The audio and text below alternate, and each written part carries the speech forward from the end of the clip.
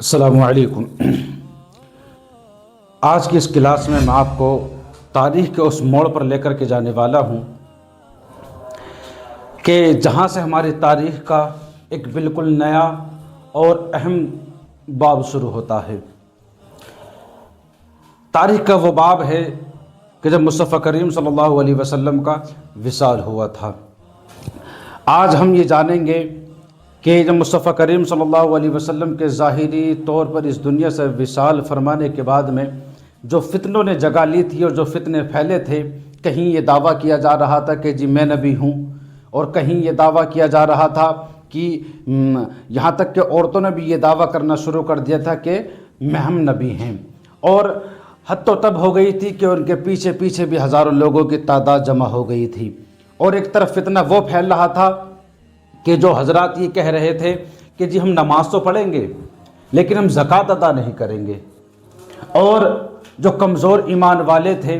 وہ مرتد ہونے لگے تھے، وہ اسلام کو چھوڑ کر کے جانے لگے تھے۔ ایک طرف یہ فتنے پھیل رہے تھے اور ایک طرف مصطفیٰ کریم صلی اللہ علیہ وسلم کا اس ظاہری طور پر مصطفیٰ کریم صلی اللہ علیہ وسلم نے اس دنیا سے پردہ فرما لیا تھا۔ جب یہ خبر مدینے سے باہر پہنچی تو تمام جگہوں پر فتنہ پھیلنا شروع ہو گیا۔ کہیں زکوٰۃ کا فتنہ پھیلا تو کہیں جھوٹی نبوت کا فتنہ پھیلا، تو کہیں قبائل تو ایسے تھے کہ مصطفیٰ کریم صلی اللہ علیہ وسلم کے وصال کے بعد میں مرتد ہو گئے اور اسلام کو چھوڑ کر کے وہ دوسرے مذہب میں شامل ہونے لگے۔ یہ فتنے پھیل رہے تھے، اور ایک طرف وہ صحابہ کرام تھے جو غمزدہ تھے مصطفیٰ کریم صلی اللہ علیہ وسلم کے وصال سے، اور وہ صحابہ کرام ان کی آنکھوں میں آنسو تھے، مدینے کی گلیاں سونی تھیں، اور ایک طرف مدینے کی گلیوں میں کوہرام بھی مچا ہوا تھا۔ تمام صحابہ کرام یہ سوچ رہے تھے، تمام صحابہ کرام کے ذہنوں میں یہ بات تھی کہ اب مسلمانوں کی قیادت کون کرے گا؟ اب جو اسلام کا جو کام تھا وہ کون نبھائے گا؟ کون خلیفہ بنایا جائے گا؟ اور تمام صحابہ کرام یہ سوچ رہے تھے، انصار یہ سوچ رہے تھے کہ خلیفہ ہمیں بنایا جائے، اور مہاجرین یہ سوچ رہے تھے کہ خلیفہ ہمارے قبیلے سے بنایا جائے، انصار یہ سوچ رہے تھے کہ خلیفہ ہم میں سے بنایا جائے۔ اس سے پہلے یہ سمجھ لو کہ انصار و مہاجرین کہتے کسے ہیں؟ انصار ان حضرات کو کہتے ہیں جب مصطفیٰ کریم صلی اللہ علیہ وسلم نے مکۃ المکرمہ سے ہجرت فرمائی تھی اور آپ مدینہ طیبہ گئے تھے، تو جو مدینے کے رہنے والے حضرات تھے انہیں انصار کہا جاتا ہے، اور جو مکۃ المکرمہ سے ہجرت فرما کر کے مدینہ گئے تھے تو ان جانے والوں کو مہاجر کہا جاتا ہے۔ ٹھیک ہے، تو انصار یہ سوچ رہے تھے کہ خلیفہ ہم میں سے چنا جائے، اور مہاجر یہ سوچ رہے تھے کہ خلیفہ ہم میں سے چنا جائے۔ ٹھیک ہے، تو تمام صحابہ کرام کے ذہنوں میں یہ بات تھی کہ خلیفہ کسے بنایا جائے گا، کسے چنا جائے گا، اور مدینے کی گلیوں میں کوہرام مچا ہوا تھا مصطفیٰ کریم صلی اللہ علیہ وسلم کے وصال کے بعد میں۔ ٹھیک ہے، سب سے پہلے یہ سمجھ لیتے ہیں کہ حضور نے جب وصال فرمایا تو یہ ان فتنوں نے جگہ لی اور مدینے میں کوہرام مچا ہوا تھا کہ اگلا خلیفہ کسے چنا جائے گا۔ مدینے کے چوپال میں بھیڑ جمع تھی،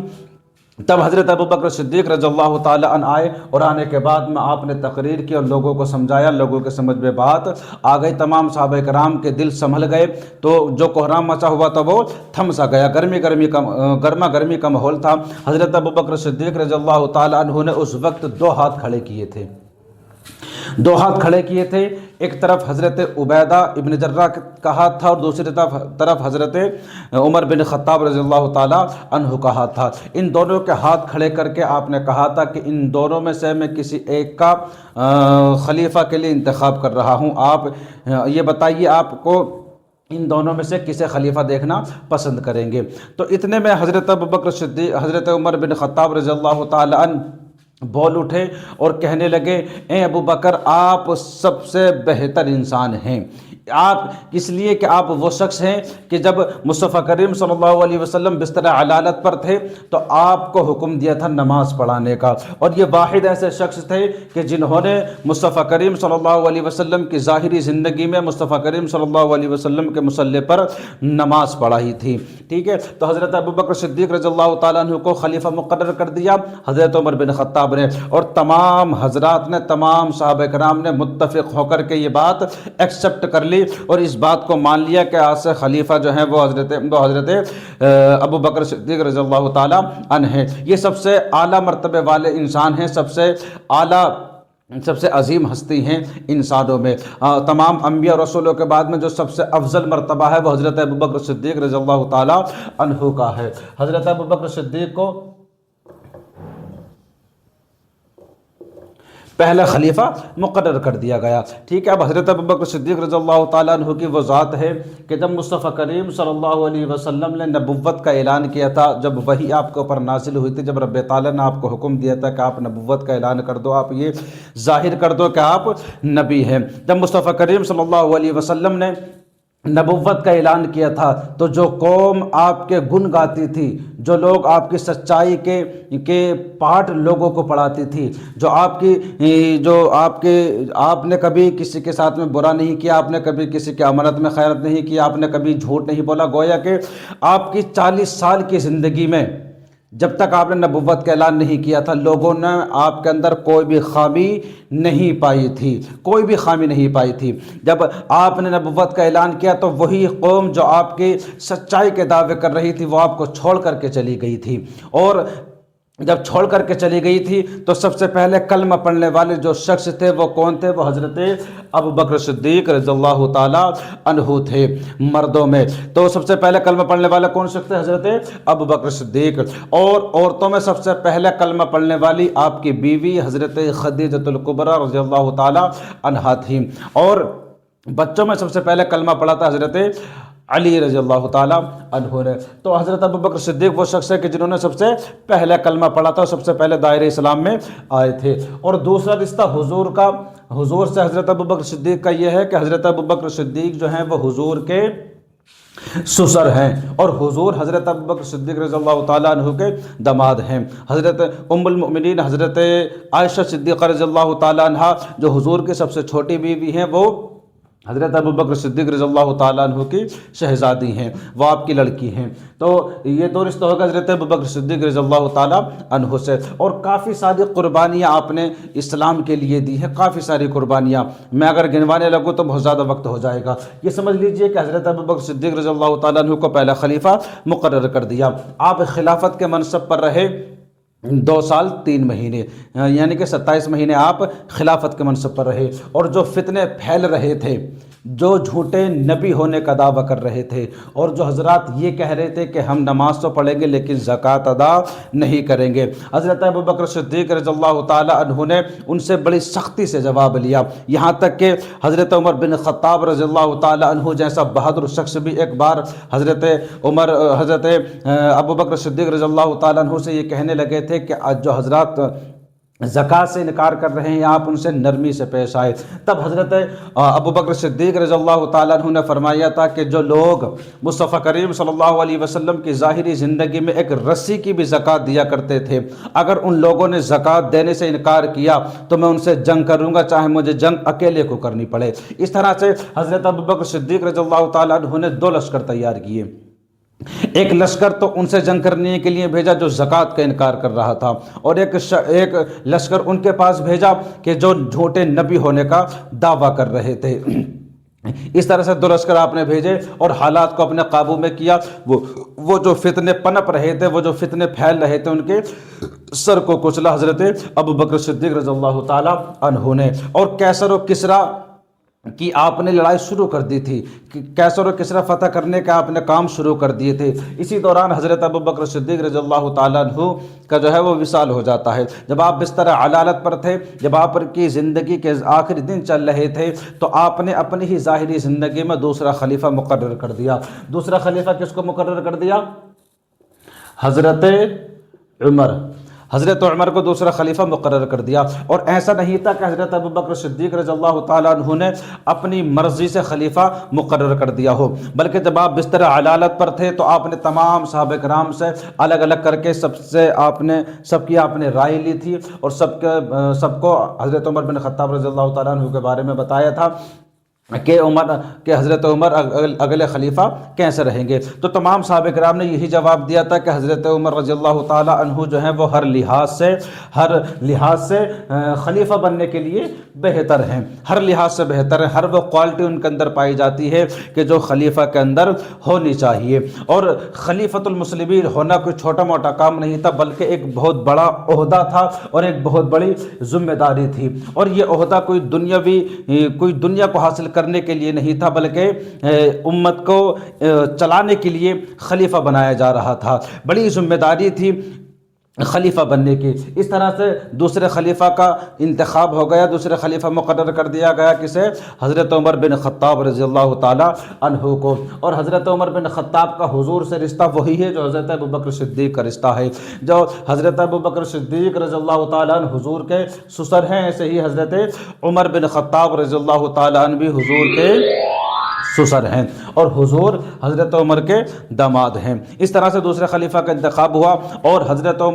ابوبکر صدیق رضی اللہ تعالی عنہ جب بستر علالت پر تھے، جب آپ کی زندگی کا آخری دن چل رہے تھے، تو آپ نے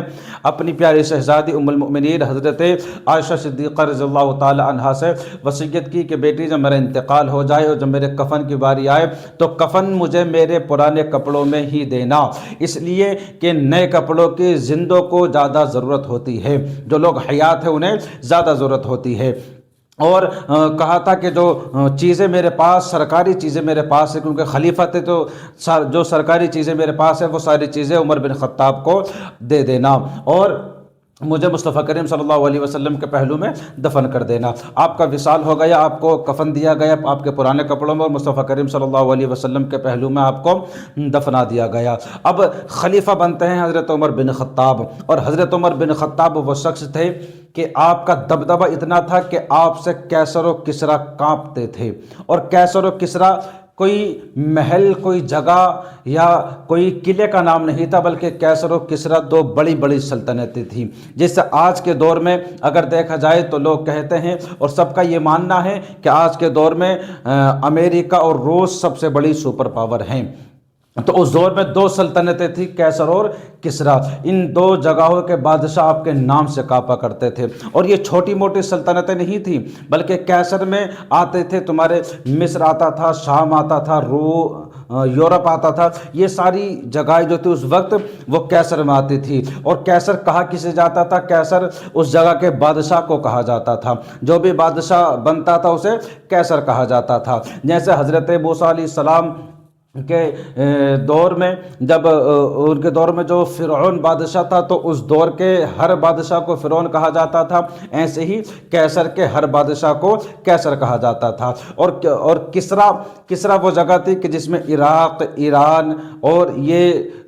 جگہیں آتی تھیں، اسے کسریٰ کہا جاتا تھا۔ یہ اس وقت بڑی بڑی سلطنتیں تھیں، اس وقت سپر پاور تھی، تو یہ آپ کے نام سے کانپتے تھے، اتنا دبدبہ آپ کا تھا۔ اور اسی دور میں آپ کے ہی جب آپ خلیفہ کے منصب پر فائز تھے تو اسی دور میں یہ دو بڑی بڑی سلطنتیں فتح ہوئیں، اور یہ دو بڑی بڑی سلطنتوں پر قبضہ ہوا مسلمانوں کا۔ ٹھیک، اب حضرت عمر بن خطاب نے جو خلافت سنبھالی ہے وہ 10 سال 6 مہینے اور 4 دن سنبھالی ہے، 10 سال 6 مہینے اور 4 دن، اتنے دن آپ خلافت کے منصب پر فائز رہے۔ ٹھیک ہے، اب آپ کے جب اتنے دن گزر گئے، جب آپ بستر علالت پر تھے، اس کے بعد سے جو فتنوں نے جنم لیا ہے تو پھر انہوں نے کبھی بند ہونے کا نام ہی نہیں لیا۔ جو فتنے پھر اٹھے، پھر وہ جا کر کے جنگ کربلا پہ جا کر کے ملے۔ آپ جب اس دنیا فانی سے آپ جب کوچ کر گئے، حضرت عمر بن خطاب اس کے بعد میں خلیفہ مقرر کیا، پھر جو فتنوں نے جنم لیا ہے، پھر ان فتنوں نے کبھی بند ہونے کا نام ہی نہیں لیا بند ہونے کا نام، اور یہ فتنے پھیلتے جنگ کربلا تک آ پہنچے۔ وہ جنگ جس میں حضرت امام حسین رضی اللہ تعالی عنہ کو یزیدی لشکر نے شہید کر دیا تھا۔ حضرت عمر بن خطاب رضی اللہ تعالیٰ عنہ جب خلافت کے منصب پر تھے تو آپ کا بہت زیادہ دبدبہ تھا، کیسر و کسریٰ آپ کے نام سے کانپتے تھے، اور آپ کی زندگی کو اگر ہم دیکھیں، آپ کی زندگی کا اگر ہم مطالعہ کریں، آپ کی زندگی کو اگر ہم پڑھ کر کے دیکھیں تو آپ کی زندگی اتنی سادگی بھری زندگی تھی، اتنی عاجزی بھری زندگی تھی حضرت عمر بن خطاب کی، کہ امت کا خلیفہ ہونے کے باوجود، امت کا امیر ہونے کے باوجود آپ جو کرتا پہنتے تھے اس میں 14 پہمند لگے ہوئے تھے۔ اتنی عاجزی بھری زندگی آپ نے جی ہے اپنی، اس لیے، اور آپ نے بتایا ہے کہ بھلا سے چاہیں لباس میں پہمند لگے ہوں لیکن کردار گندہ نہیں ہونا چاہیے۔ حضرت عمر بن خطاب کا جب آپ پر قاتلانہ حملہ ہوا، جب آپ شدید زخمی ہوئے اس قاتلانہ حملے سے، جب آپ بستر علالت پر تھے تو آپ نے تیسرا خلیفہ مقرر کر دیا، تیسرا خلیفہ مقرر کر دیا۔ تیسرا خلیفہ مقرر کرنے کے لیے آپ نے 6 نام چنے، 6 ناموں کا آپ نے انتخاب کیا۔ 6 نام کون سے؟ حضرت علی، حضرت عثمان، حضرت عبد الرحمن، حضرت زبیر، حضرت طلحہ، حضرت سعد بن ابی وقاص۔ ان 6 صحابہ کرام کا نام لیا، اور یہ 6 صحابہ کرام عشرہ مبشرہ میں سے ہیں۔ یہ 6 صحابہ کرام وہ صحابہ کرام ہیں کہ جنہیں مصطفیٰ کریم صلی اللہ علیہ وسلم نے جنت کی ضمانت دی تھی۔ وہ 10 صحابہ کرام تھے، ان 10 میں سے 6 حضرات یہ تھے کہ جنہوں نے حضرت عمر رضی اللہ تعالیٰ عنہ نے جن کا نامزد کیا تھا اگلا خلیفہ بننے کے لیے۔ اور آپ 10 سال 6 مہینے 4 دن جب آپ نے خلافت سنبھالی، اس کے بعد میں آپ کا وصال ہو گیا۔ اب اگلا خلیفہ کون بنے گا اور کیسے وہ فتنے پھیلیں گے اور کس طرح سے وہ فتنے جنگ کربلا تک پہنچیں گے، یہ ہم کل کی کلاس میں جانیں گے۔ کل کی کلاس میں ہم جانیں گے۔ اگر کسی کے دل میں، کسی کے دماغ میں کوئی سوال پیدا ہو تو وہ مجھ سے پوچھ سکتے ہیں، اور جو حضرات ہماری ویڈیو دیکھ رہے ہیں وہ کمنٹ باکس میں کمنٹ کر کے جو بھی بات پوچھنا چاہتے ہیں وہ پوچھ سکتے ہیں۔ ٹھیک ہے، السلام علیکم۔